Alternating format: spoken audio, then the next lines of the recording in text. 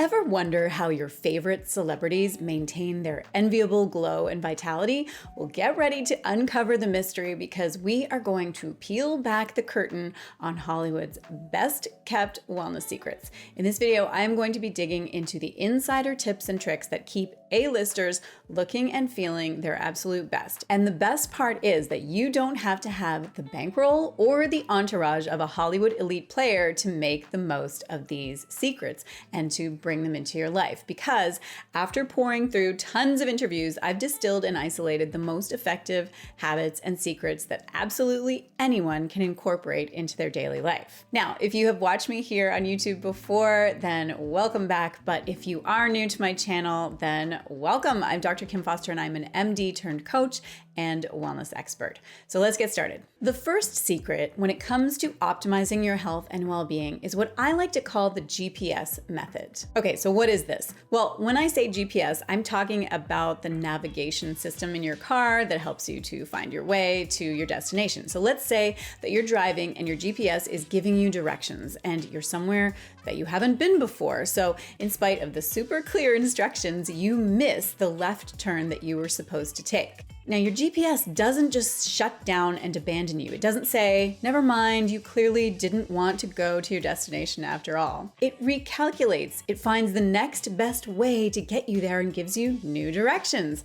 You're now going to take a slightly different route and it might take a few extra minutes to get there, but you're going to get there in the end. And this is something that I find celebrities tend to do really well when it comes to their fitness and their health that so many of us do not do. So here's one example. This is Elle Macpherson talking about when she turned 50. When I turned 50, I wasn't feeling very well, and I actually wasn't looking very well. Sugar cravings, poor digestion, poor sleep, and I went to my nutritionist and I just said, listen, something's wrong. What I used to do doesn't work anymore. So she looked and she said, you know, you're taking a lot of synthetic vitamins. We need to put you on a very powerful multivitamin mineral probiotic, prebiotic powder, which I started to take because I realized that the vitamins that I was taking were synthetic and my body wasn't recognizing them or absorbing them. So I was kind of malnourished. I wasn't sleeping very much. And I wasn't eating enough plants, you know, fruit and vegetables, and drinking lots of coffee. And I started on this program, and within a month, I noticed such a change. What I find a lot of women do when they hit 50 is say, oh, well, I guess this is what my body is like now. And oh man, aging sucks. And of course, other women in their lives commiserate and say, welcome to menopause, and other mantras that although it sounds like we're being supportive, the problem is it also lowers our expectations for ourselves and, to be honest, can prevent us from looking for solutions. This is the equivalent of your GPS just shutting down when you turn into the deserted lane rather than the road that you were supposed to turn into, and just saying, I guess you live here now in this lane, you're not going anywhere. Notice how Elle sought out a solution. She said, what I used to do doesn't work anymore. That's a huge difference in mindset. She believed there were solutions. She went looking for the solutions. She sought out an expert. She tried new things until she found what would work for her new body and her new situation. In the journey towards better health, it's inevitable to encounter obstacles along the way, whether it's a hectic work schedule, unexpected setbacks, or self-doubt. Challenges can often derail even the most well-intentioned efforts. However, rather than dwelling on the problem, successful people focus their energy on finding solutions and not just giving up and saying, oh well,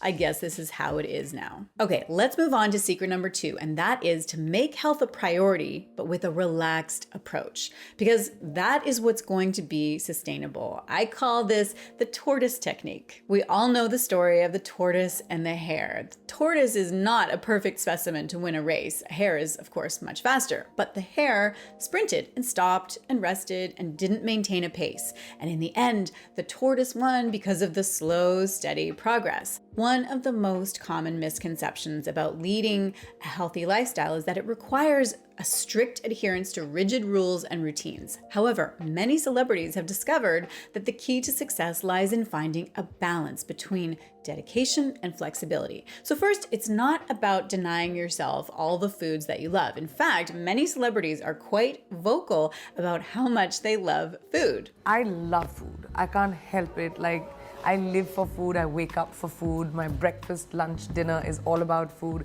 I have breakfast talking about lunch, I have lunch talking about dinner. Like, it's important to me when I go to a new city to find the best places to eat. Like, that's my jam. Do you hear how Priyanka says this with pride? She's not sheepishly admitting it. She's proud of this quality. This is a good thing. The secret here is that achieving and maintaining health does not have to involve strict diets or elaborate meal plans. In fact, one of the most liberating realizations on the journey to wellness is that you can nourish your body and thrive without adhering to rigid rules. Instead of feeling constrained by dietary restrictions or overwhelmed by the latest health trends, embracing flexibility and creativity in the kitchen and in your life can lead to a more sustainable and more enjoyable approach to living well and eating well. It's like you open your fridge and find maybe a mishmash of ingredients, maybe a handful of veggies, some leftover grains, and a few eggs. Rather than fretting over what's missing or feel compelled to follow a complicated recipe, you can simply work with what you have on hand, improvising and experimenting to create a delicious and nutritious meal. Here's what Mila Kunis had to say, for example. When I make my own avocado toast, I like to make sure to grab bread that I have. So whatever I have is what we're using. And a lot of times it's something healthy because, again, I have children. And so you try to do as much as you can. More times than not, I'm running late, so I don't have time to toast it. But let's go with the theory that I have magic time. I toast it. I then grab my avocado, I cut it, scoop it, I'll smash it. And then sometimes I like to put a little everything but the bagel seasoning on top of it. And then if I'm feeling extra feisty, I might put an egg on it. She just works with what she has. She mentions that she generally has healthy things on hand and in the fridge, so that helps for sure. But is she being dogmatic about having to follow an exact recipe? No. Similarly, when it comes to fitting healthy habits into a busy schedule, flexibility is the key. While yes, it would be ideal to have all kinds of time for meal prep and lengthy workouts, the reality is that life often throws curveballs that disrupt even the best laid plans. Instead of succumbing to stress or guilt, embracing the mantra of doing what you can when you can be incredibly empowering. As long as you are making healthy choices, most of the time, you are going to be winning in the long run. Just like Hilary Duff says here. I try to just do the same thing with my diet, which is like 70-30. If I can be great 70% of the time and then live my life or be a little wild with a product 30% of the time, I think that's a good balance. She's giving herself permission to do the right thing most of the time, which keeps her from beating herself up and, importantly, keeps her in the game for the long run. What so many of the rest of us do is get really rigid about things if we don't have the exact right ingredients or we don't have all the right equipment, then we say, forget it. Or if we have a single snack that doesn't exactly fit into our goals, like maybe we have a cookie one time, and then we feel like we blew it and the whole day is shot, so we might as well just eat all the cookies now. When you let go of the notion that health requires perfection or adherence to a strict regimen, you open yourself up to a world of possibilities where wellness is synonymous with flexibility and creativity and balance. The path to health is not a straight line, but a journey that's filled with twists and turns and unexpected detours, and that's perfectly okay. Okay, so let's move on to secret number 3, which is something that I like to call the get it done approach. In today's fast-paced world, finding time for self-care can often feel like a luxury reserved for the privileged few. However, celebrities with demanding schedules know that incorporating supportive rituals into their daily routines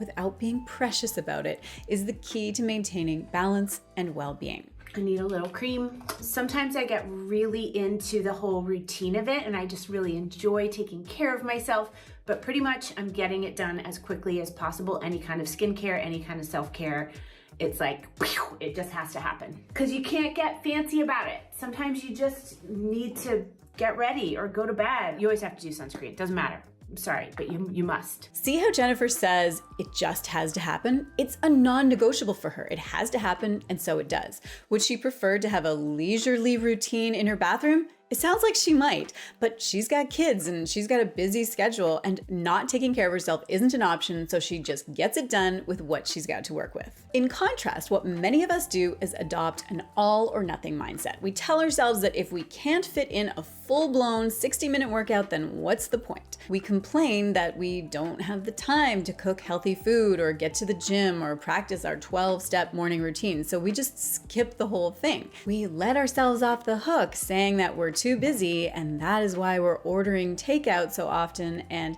neglecting self-care and blowing off any type of exercise. And it's that opting out piece that's different from what I see celebrities do. They're busy and racing around too, but they're not using that as a reason to opt out. It's a non-negotiable, mostly because it's their job to take care of themselves. But when you think about it, isn't taking care of yourself your number one job too?